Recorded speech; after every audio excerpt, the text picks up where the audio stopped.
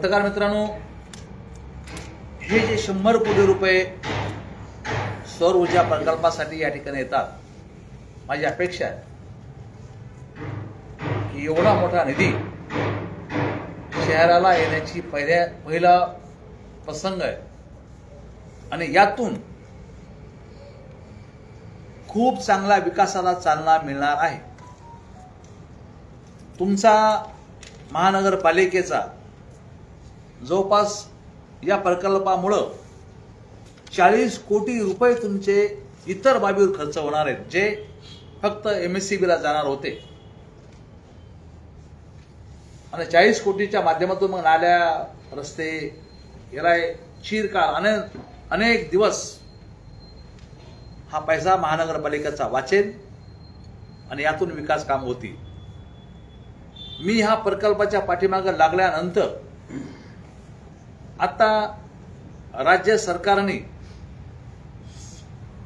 यामध्ये हा प्रकल्प बघितल्यानंतर राज्यामध्ये सर्व नगरपालिकेने अशा प्रकारचा प्रकल्प राबवला पाहिजे, अशा प्रकारचं मत तयार केलं आणि त्याही कामाला राज्य सरकार लागलेलं आहे। म्हणजे आपण हा राज्यातला पहिली महानगरपालिका राहील, राज्यातली ग्रीन एनर्जी आपण ज्याला म्हणू, ही राबवणारी राज्यातली पहिली महानगरपालिका म्हणून तो मान आपल्याला आमच्या प्रयत्नामुळे या ठिकाणी मिळतो आणि आपल्यामुळेच इतर नगरपालिका, महानगरपालिका या सर्वांना सुद्धा अशा प्रकारच्या आता पुढच्या कालखंडामध्ये मार्ग मोकळा झाला।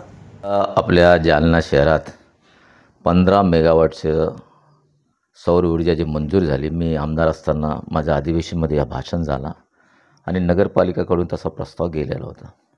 एकूण 95 करोडचा हा प्रस्ताव आहे, त्यापैकी 50 करोड रुपये सध्या शासनाने मंजूर दिलेले आहे आणि उर्वरित रक्कम लवकर येणार आहे।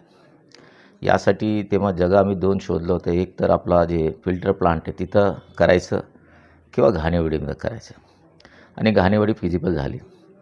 सांगताना आनंद होतो की आपला जे जायकवाडीकडून आपण जे पाणी घेतो त्या पाणीचा जो लाईट बिल आहे सध्या आपण 15 MLD घेतो, जर उद्या 30 MLD घ्यायचे किंवा 60 MLD घ्यायचे तर सध्याचं लाईट बिल 80 लाख रुपये येतं।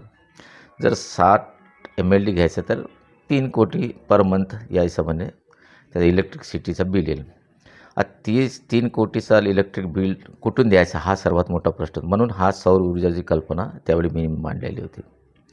आता ही सौर ऊर्जा म्हणजे आता ही इलेक्ट्रिसिटी आपण तयार करून MSCBला विकणार, आपण MSCBला विकणार आणि MSCB जी आपल्याला लाईट बिल करेल उद्या 3 कोटीचा, त्यात मग परतफेड होईल त्यांचा, असा हा प्रोग्राम आम्ही केलेला आहे।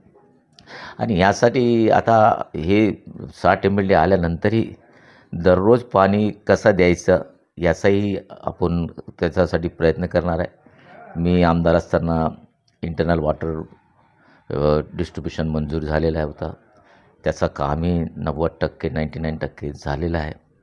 आणि तेव्हा जेव्हा हे इंटरनल वॉटर डिस्ट्रीब्युशन करताना एक मोठी चूक आपल्याकडून झाली होती, की आपला फिल्टर प्लांट होता WT वॉटर ट्रीटमेंट प्लांट, हा फक्त 15 MLDचं घेतलं होतं। पण नंतर मी अधिवेशनात बोललो, माझ्याकडे रेकॉर्ड आहे की 15 MLDने आम्हाला 50 MLD द्या, आणि मग आणखीन एक 35 MLDचं मंजूर झालं, तेही प्रगतीपथवर आहे।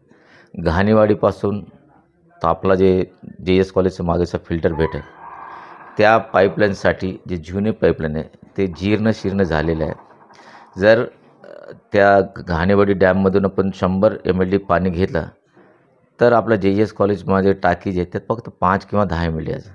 हे पाईपलाईनचंही काम सध्या प्रगतीपथवर आहे, पण आता अतिक्रमण त्याच्यावर झालेलं आहे, लोकांचे घर झालेले आहे, गोडाऊन झालेले आहे, फार झालेलं आहे। आता त्यासाठी नगर परिषद आता कसरत करत आहे, पण हे दोन्ही चीज झाल्यानंतर जालना शहराला पाणी भेटणार आहे। आणि याचा श्रेय कोणी घेण्याचा प्रयत्न करत असेल, माझा एवढंच बोलणं आहे की बाप दाखवा नाही तर शात करा, नाहीतर माझ्याकडे व्हिडिओ रेकॉर्डिंग आहे सर्व, मी अधिवेशनात काय काय बोललो आणि कधी झालेले हे मला माहिती आहे।